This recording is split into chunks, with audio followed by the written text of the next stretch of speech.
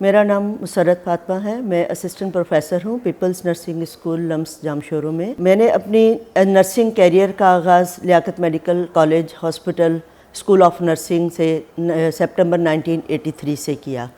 और 83 से लेकर पहले मैंने डिप्लोमा प्रोग्राम में किया, 4 साल डिप्लोमा प्रोग्राम जिसमें 3 साल जनरल नर्सिंग और 1 साल मिडवाइफरी प्रोग्राम होता था।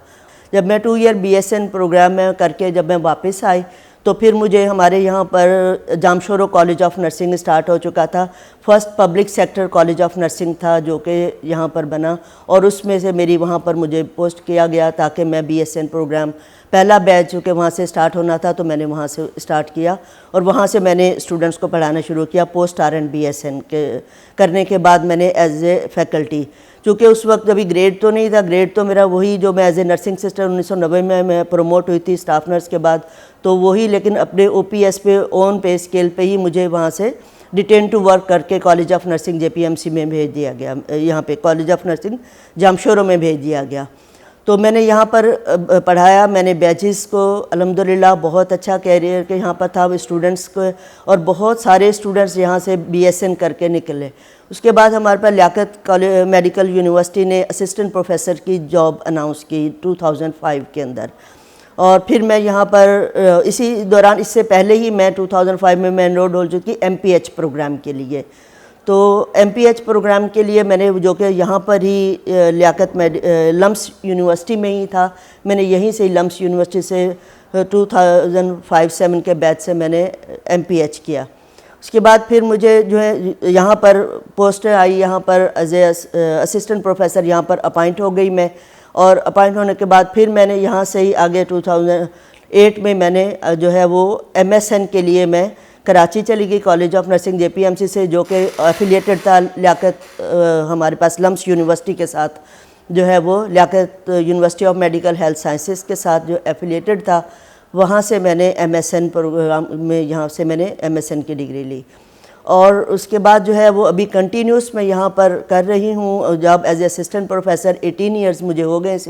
ऑर्गेनाइजेशन में और जहाँ से मेरी जर्नी स्टार्ट हुई मैंने ग्रेड 14 से लेकर और अभी मैं ग्रेड 20 में हूँ अल्हम्दुलिल्लाह और मेरी कंटिन्यूस जर्नी है। इस दौरान में मुझे जब, क्योंकि उस वक्त जब हमने किया था डिप्लोमा किया था, डिप्लोमा के बाद पोस्ट ग्रेजुएशन होता था, तो चूँकि डिग्रीज प्रोग्राम भी तो बहुत लंबे लंबे पॉज आ गए हमारी डिग्री के अंदर, 10-10 साल का भी गैप आ गया। आजकल तो बहुत अपॉर्चुनिटीज़ है नर्सिंग के अंदर, अभी एक ख़त्म नहीं होती कि आपको नेक्स्ट की अपॉर्चुनिटी पता चल जाता है कि आपने आगे क्या करना है। उस वक्त तक तो ये बहुत ज़्यादा चूँकि नहीं था, जब पता चला कि अब BSN प्रोग्राम भी स्टार्ट हो गया है और उस वक्त सिर्फ जो है वहाँ पर होता था दिया खान यूनिवर्सिटी कराची में ही, तो वहाँ पर हमने किया। अब आगे उसके बाद फिर आगे अपॉर्चुनिटीज़ बढ़ती गई, नर्सिस के लिए बहुत सारी अपॉर्चुनिटीज़ आती गई, बढ़ती गई, हम उसमें एनरोल्ड होते गए जैसे जैसे हमें अपॉर्चुनिटी मिलती गई। हम रुके नहीं, मैं रुकी नहीं कहीं पर भी, कंटिन्यूस स्ट्रगल करती रही। जहाँ मुझे पता चलता था कि कोई प्रोग्राम है, मेरी कोशिश होती थी कि मैं वो करूँ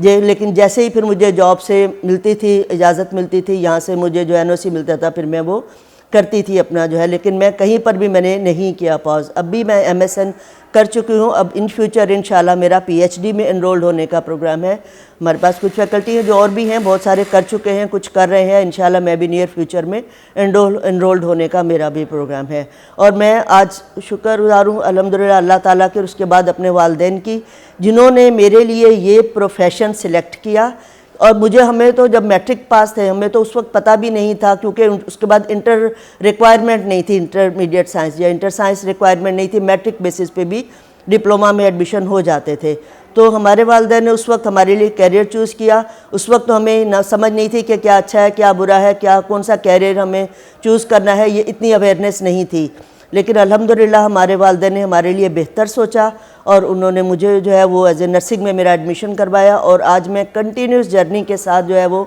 आज मैं अल्हम्दुलिल्लाह ग्रेड 20 में हूँ और अल्हम्दुलिल्लाह मैं अपनी इसी सक्सेस की वजह से कि जहाँ पर मुझे मेरे अच्छे मुझे टीचर्स मिलते गए, अच्छे मुझे जो है वो आगे मुझे अपॉर्चुनिटीज़ मिलती गई और मैं अल्हम्दुलिल्लाह के जैसे जैसे ग्रेड बढ़ता गया, अल्लाह ताला का शुक्र है, ज़ाहिर है ग्रेड बढ़ता है, सैलरीज बढ़ती है, तो मैं अपने बच्चों का भी मैंने कैरियर बनाया अल्हम्दुलिल्लाह। अपने दोनों बच्चों को भी मैंने जो है वो आगे डॉक्टर्स बनाया अल्हम्दुलिल्लाह, जो कि हर पेरेंट्स की ख्वाहिश होती है कि अच्छे से अच्छा प्रोफेशन, चूँकि नर्सिंग भी बहुत अच्छा प्रोफेशन है, लेकिन बहरहाल हर एक की अपनी चॉइस है। लेकिन बहरहाल मैं शुक्रगुजार हूँ कि मैं इतना वो कर सकी कि मैं अपने बच्चों को भी इस चीज़ के लिए मैं मतलब मुझे मौका मिला और मैं उनको अफोर्ड भी कर सकी, और सिर्फ बिकॉज ऑफ दिस इसकी वजह से, चूँकि मैं इस नर्सिंग प्रोफेशन से हूँ और मैं अल्हम्दुलिल्लाह कि मैं इतना कर लेती थी कि मैं अपना और अपने बच्चों के लिए अच्छे कैरियर सोच सकती थी। मैं आप सबको भी कहती हूँ कि nursing as a career join करें। मुझसे तो अगर कोई यकीन माने कि कोई पूछता है ना